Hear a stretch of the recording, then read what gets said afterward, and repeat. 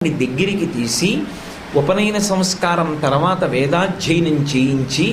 వేదార్థాన్ని శాస్త్రాలు తర్కము మీమాంస కావ్యములు పురాణములు ఇటువంటి వాటన్నిటినీ కూడా నేర్పించి తదనంతరము విశేషమైనటువంటి తపస్సు చేయించి పిల్లవాడి యందు లౌకికమైనటువంటి అనురక్తి పూర్తిగా నశించిపోయేటట్టుగా చేసి అదే సమయమునందు బాహ్యంలో పీఠ పరిపాలన చెయ్యగలిగినటువంటి సమర్థత అంకురింపచేసి